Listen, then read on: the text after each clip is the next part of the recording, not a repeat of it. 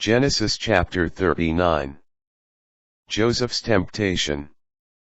When Joseph was taken down to Egypt, an Egyptian, Potiphar, an official of Pharaoh and his chief steward, bought him from the Ishmaelites who had brought him there. The Lord was with Joseph and he enjoyed great success, and was assigned to the household of his Egyptian master. When his master saw that the Lord was with him and brought him success in whatever he did, he favored Joseph and made him his personal attendant. He put him in charge of his household, and entrusted to him all his possessions. From the moment that he put him in charge of his household and all his possessions, the Lord blessed the Egyptian's house for Joseph's sake. The Lord's blessing was on everything he owned, both inside the house and out. Having left everything he owned in Joseph's charge, he gave no thought, with Joseph there, to anything but the food he ate. Now Joseph was well built and handsome. After a time, his master's wife looked at him with longing and said, "Lie with me." But he refused and said to his master's wife, "Look, as long as I am here, my master does not give a thought to anything in the house, but has entrusted to me all he owns. He has no more authority in this house than I do.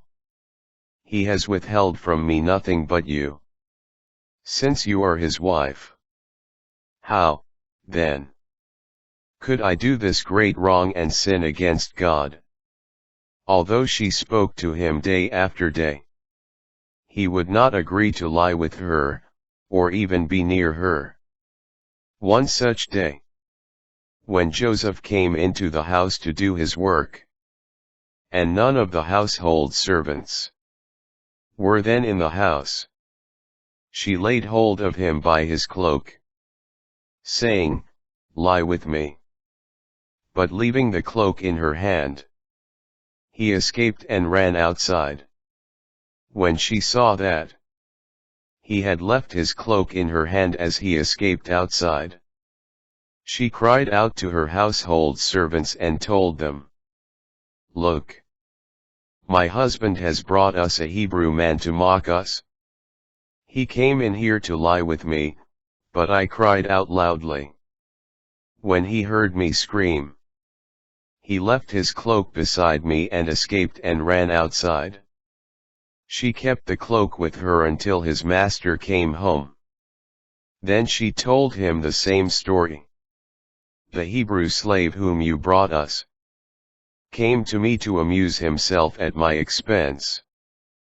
But when I screamed, he left his cloak beside me and escaped outside." When the master heard his wife's story, in which she reported, "Thus and so your servant did to me," he became enraged.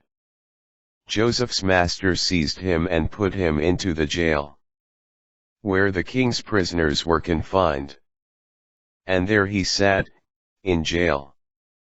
But the Lord was with Joseph, and showed him kindness by making the chief jailer well disposed toward him. The chief jailer put Joseph in charge of all the prisoners in the jail. Everything that had to be done there, he was the one to do it. The chief jailer did not have to look after anything that was in Joseph's charge, since the Lord was with him, and was bringing success to whatever he was doing.